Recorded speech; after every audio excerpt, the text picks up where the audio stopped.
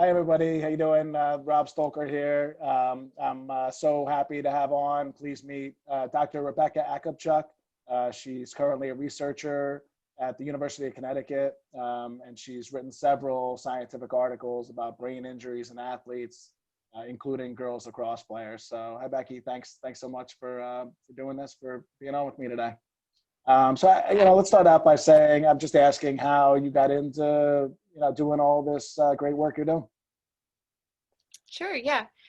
So I was, when I was doing my PhD work in physiology and neurobiology at the University of Connecticut, I was working on animal models of brain injury and concussion.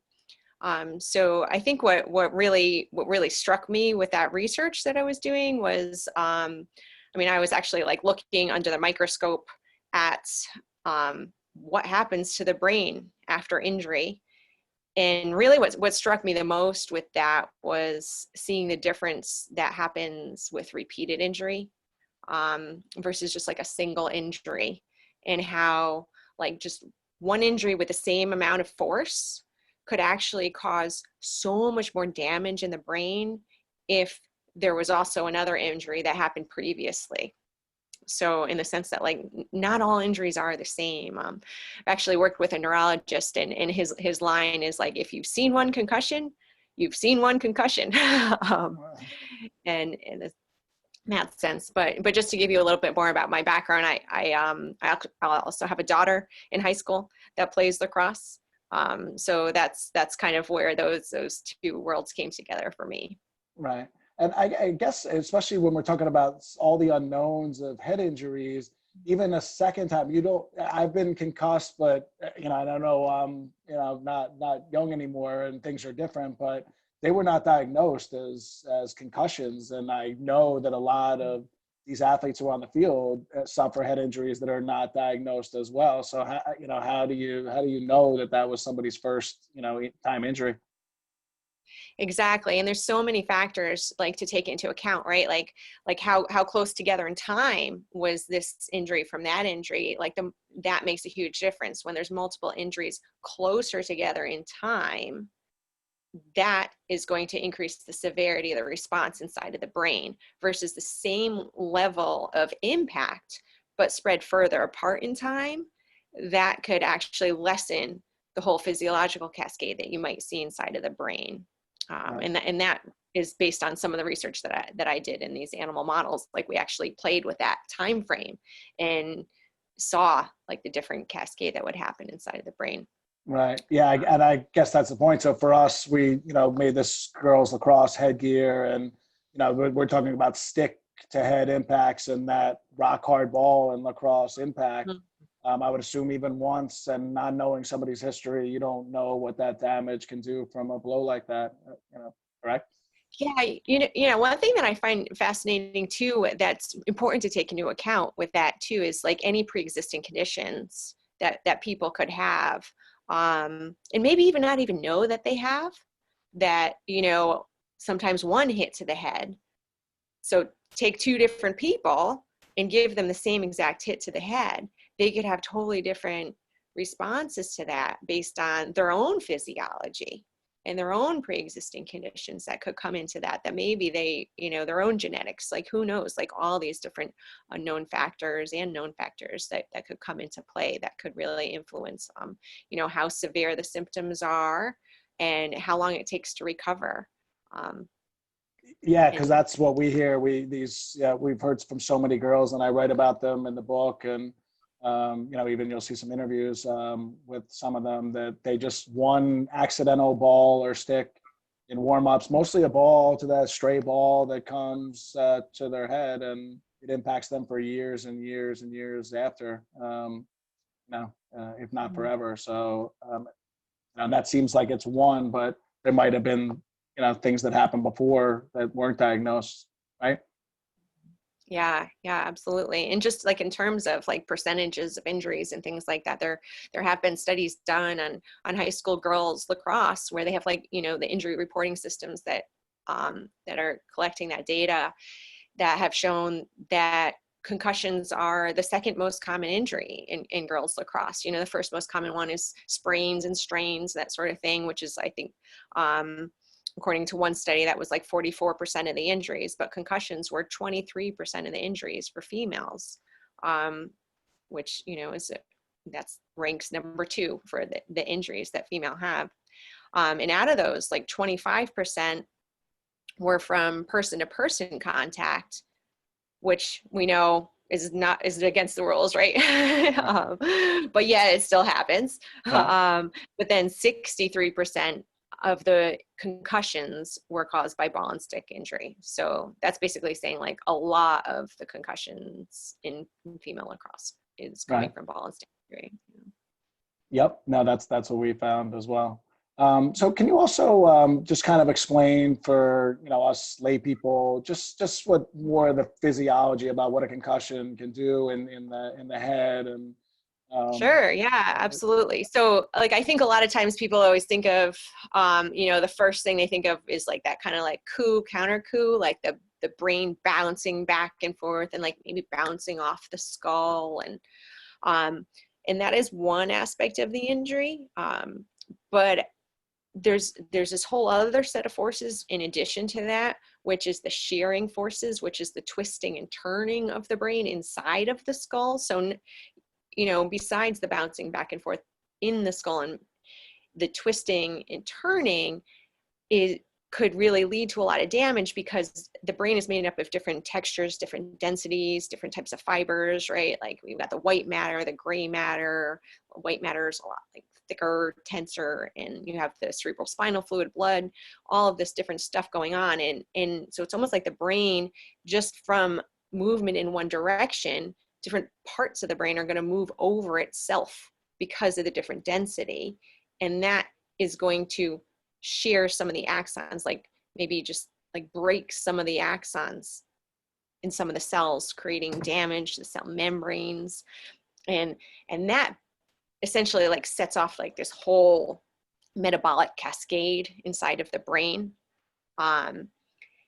And then of course you have your immediate symptoms from a concussion, and they could vary person by person.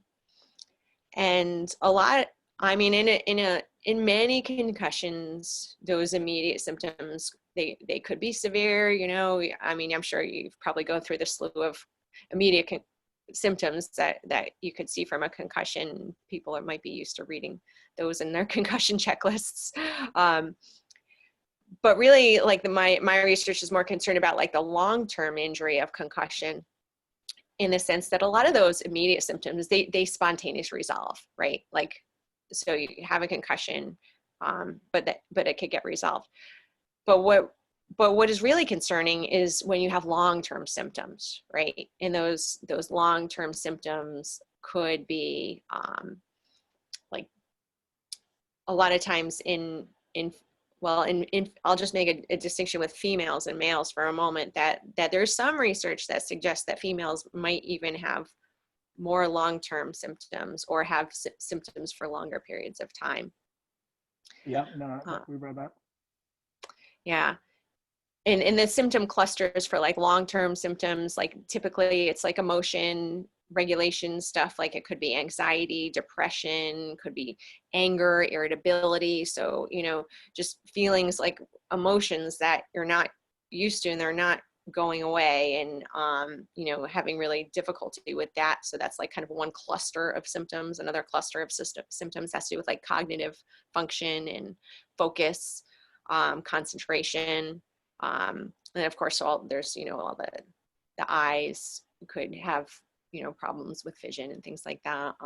In sleep, which, you know, the sleep and the emotion symptoms, I think, you know, those are ones that really like kind of feed the feedback cycle too, right? Like, so whatever symptoms there are, if you're not getting enough sleep, or if you're having trouble falling asleep or staying asleep, or, you know, if you're feeling anxious over, you know, the losses that you're experiencing from being out of school or out of sport or whatever, and they just kind of tend to build on themselves Yeah, too. Well, Oh, go ahead. Yeah. Yeah, no, not something that anybody wants is what I was going to say. That's why we're here. That's why we made this headgear. Even so much you mentioned sprains and things like that. All four of my girls play, every other sport besides lacrosse. And those sprains, they happen. And, not that I like it, but I can take, I can take that. That's part of playing sports. But the head injuries and the consequences you're talking about are, they're life-changing for sure. We've seen that firsthand. Yeah. Yeah. So, what would you say is your strongest evidence that head protection, especially like we say in lacrosse with that stick and rock hard ball, that head protection mitigates injury? Sure. Yeah. To me, what's like really the most convincing way to think about it is just understanding helmets and just studies in helmets in general, in the sense of like what helmets are designed to do, and they're helping to dissipate the force, right? Like they're helping to dissipate the force. And if that's the case, then with these ball and stick injuries, like these are creating these linear forces coming at the head. That's what helmets are really actually really good at dissipating force from, right? Like helmets are not as good at dissipating force from person to person contact with a lot of like extra movement going on in there. And which is why it's hard, there's always, people are going to say, well, helmets don't prevent concussions, and in football, they've got all these amazing helmets and they still could be getting concussions, right? But that's a totally different kind of injury that we're talking about here. Like that's the person to person contact injury versus this linear force injury of like a ball coming at the head, a stick coming at the head. And we already said that like 63% of the injuries of the concussions injuries in girls lacrosse are coming from balls and sticks. So in that sense, you have something that could dissipate that force. And we know that, that the force is one of the major factors that goes into the level of the injury, right? Yep. And there are a lot of factors. And we could talk about all these complicated details, but at the end of the day, when you're dissipating the force, you're going to be reducing the impact. Right. And I think that some of the arguments and the confusion and all this stuff could be like, it's kind of almost like a threshold thing, like if like this is the most severe thing and this is anything above this line is called a concussion.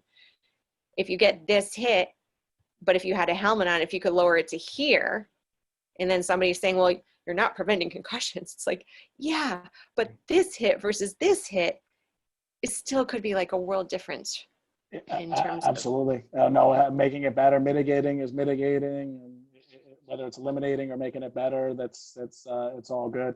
That's why the title of the book is "It's a No-Brainer," because we know it's a no-brainer, and we're glad that the science says it too. So to your last point, you got. Oh, I was going to just jump on my little diagram for a second, because, not only talking about those severe injuries, but like, let's hop on the other side of that threshold for a moment. Like, what if I'm going to shift myself down here. This is a concussion. This is subconcussion, right? So now if you're getting hit at that subconcussion threshold, like you were saying, right, when we hopped on that, like, sometimes people are not even reporting injuries, right? People don't even know that they really got a concussion, or maybe they do, but they're not telling anyone, and this and that. So, but those are adding up, right? So if we could reduce the impact from those as well, again, going back to some of my research that shows that like having multiple hits close together in time is going to lead to more severe consequences. Yeah, no, that's a good point. We have so many articles and stories from kids and players, athletes at all levels, NFL players who clearly get hit and are suffering head injuries and don't want to report it. They want to play, and kids are no different. They want to just keep playing and don't want to be taken off the field, and don't want to not play and have the chance of losing their spot. So I appreciate it. To you, so obviously there's a frustration with what I'm doing, trying to put headgear in a game that, clearly the science shows should have it. What to you is the most frustrating thing when you talk to people and you have the science and there are arguments made that kind of disregard the science. How do you deal with that frustration, and what's that look like for you? Yeah, I mean, I think, coming from a scientific perspective, it's just trying to remain objective about this. And and of course it is frustrating to sometimes hear arguments being twisted around in order to serve certain purposes. But I mean, I feel like my scientific role is to honor all sides of the argument and to remain objective, because that's kind of the role of the scientist. We really appreciate that and appreciate all your great work. And again, thank you for doing this. This was this was great and helpful. And as always, you're awesome. Keep doing what you're doing, and appreciate all the great work. Yeah, you as well. Thank you. No, appreciate it. Thanks, Becky. I will. Right. I'll talk to you soon. Thanks again for everything. Right. Bye-bye. All right, take care.